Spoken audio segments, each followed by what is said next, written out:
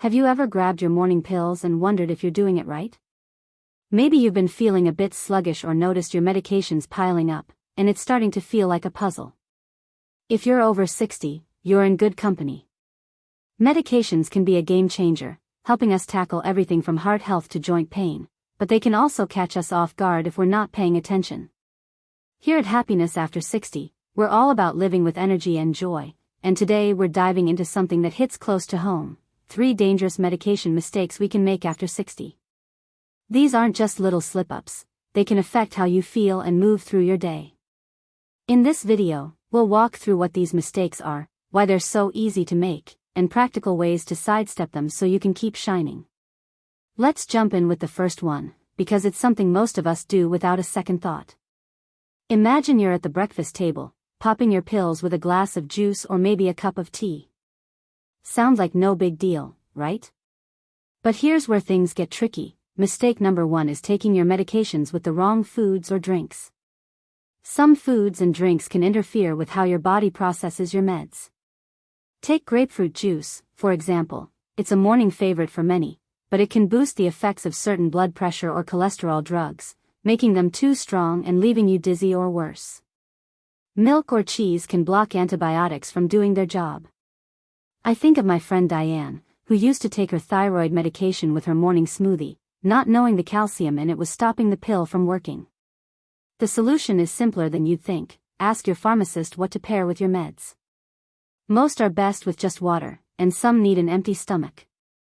It's a small tweak that can make your medications work the way they're supposed to. Now, let's shift gears to another mistake that's all about when you take those pills, because timing is everything. When it comes to medications, sticking to a routine is a big deal, and that brings us to mistake number 2, not keeping a consistent schedule or skipping doses altogether. Our bodies thrive on predictability, especially as we age. If you're on a pill for something like diabetes or your heart, it's designed to keep steady levels in your system. Taking it at random times or forgetting a dose can throw things off.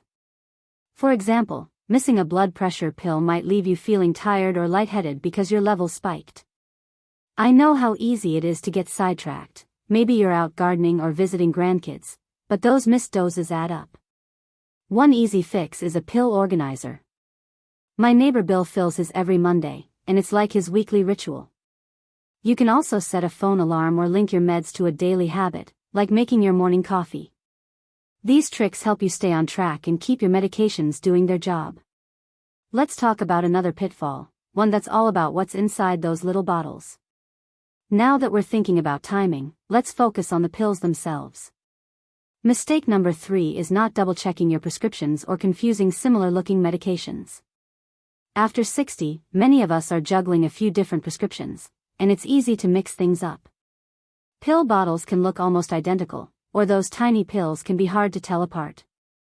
I heard about a man named George who accidentally took his wife's blood thinner instead of his own vitamin because the bottles were side by side. That mistake sent him to the doctor with some scary side effects. Another issue is when the pharmacy gives you a generic version or a different dosage, and it looks nothing like what you're used to. The key is to stay sharp. When you pick up your meds, check the label, the pill's color, and its shape right at the counter. If something seems off, ask before you leave. I keep a small card in my wallet with my medications listed: name, dose, and purpose. It saved me from mix-ups more than once. Being careful like this can stop problems before they start. Let's move on to how a simple conversation can keep you safe. Talking openly with your healthcare team is so important, and that leads us to another big mistake: not asking enough questions about your medications or assuming you've got it all figured out. Maybe you've been taking a pill for years, so you think you know the drill. But your body changes over time, and so can the way your meds work. Not asking questions can mean sticking with a medication that's no longer the best fit. For instance, some pain relievers can be tough on your kidneys or stomach as you age. My friend Carol was taking an old prescription for arthritis without mentioning her new dizziness to her doctor, and it turned out the dose needed tweaking. The fix is to speak up. When you get a new prescription, ask, "What's this for? Could it clash with my other meds? What side effects should I watch for?" If you're feeling off, mention it, even if it seems minor. Jot down questions before your appointment if you're worried you'll forget. This kind of back and forth with your doctor or pharmacist can catch issues early and keep you feeling great. Let's bring it all together with some final thoughts on staying in control. We've covered a lot today: taking meds with the wrong foods, missing doses, mixing up pills, and not asking questions. These mistakes might seem small, but they can make a big difference in how you feel. The good news is you can avoid them with a few simple habits. Stick to water when taking your pills and check for food interactions. Build a routine with a pill box or alarm to stay consistent. Always check your prescriptions at the pharmacy, and keep a list to stay organized. And don't hesitate to ask your doctor or pharmacist about anything that's on your mind. Your health is worth it. At Happiness After 60, we're all about making small changes for a big impact, and we're rooting for you every step of the way. What's one trick you use to manage your medications? Share it in the comments. I'd love to hear your ideas.